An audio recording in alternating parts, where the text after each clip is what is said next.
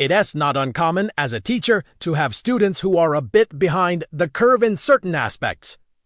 But 99.99999% of the time, they are keen on something.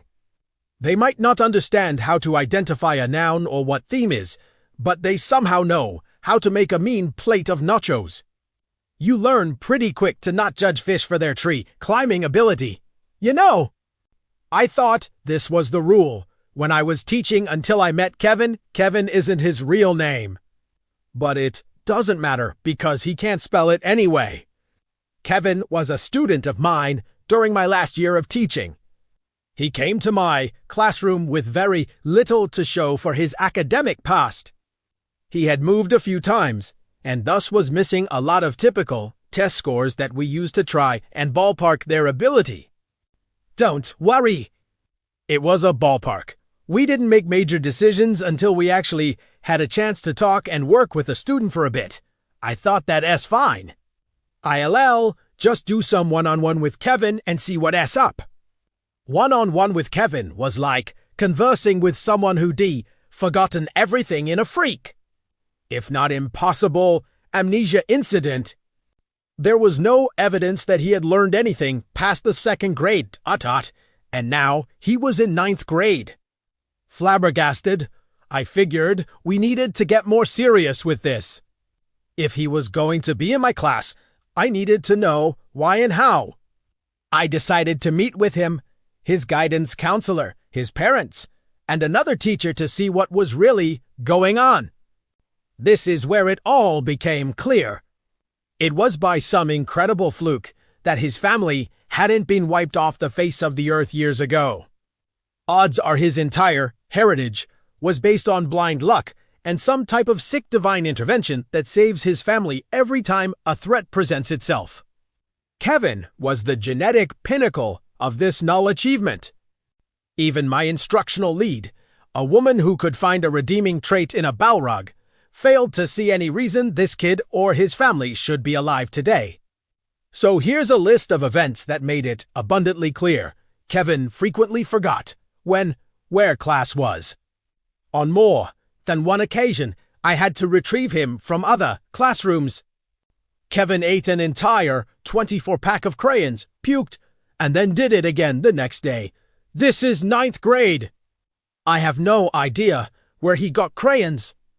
Kevin's dad wrote tuition checks and mailed them to me. His English teacher. This was a public school. When I gave it back to Kevin, voided, to give to his dad with a brief note explaining that this is a public school, Kevin got in trouble for trying to spend it at 711 after school. Kevin was removed from the culinary arts program after leaving a cutting board on the gas stove and starting a fire. Twice Kevin threw his lunch at the school resource officer and tried to run away. He ran into a door and insisted it wasn't him. Kevin stole my phone during class. I called it. It rang. He denied that it was ringing. Not that it wasn't his. Not that he did it. No, he denied that the phone was actually ringing. He tried it 3 times before the end of the year. Kevin called the basketball coach a motherfucking bitch during gym. Basketball tryouts were that afternoon. Kevin tried out. It didn't go well. Kevin's mom could never remember which school he went to. She missed several meetings because she drove to other schools, none of which he ever went to. Kevin tased himself in the neck. Before a football game, Kevin kept a bottle of orange Kool-Aid in his backpack for about 4 months. He thought it would turn into alcohol. He drank it during homeroom and threw up. Kevin say the N-word a lot. Kevin was white. The high school was 84% black. Kevin got beat up a lot. Kevin stole another student's iPhone and tried to sell it back to them. Kevin didn't understand that his grade was dependent on tests, quizzes, homework, classwork, and participation. Kevin finished his first semester with a 3% average. He tried to bribe me with $11. Kevin spit on a girl and said you should get out of those wet clothes.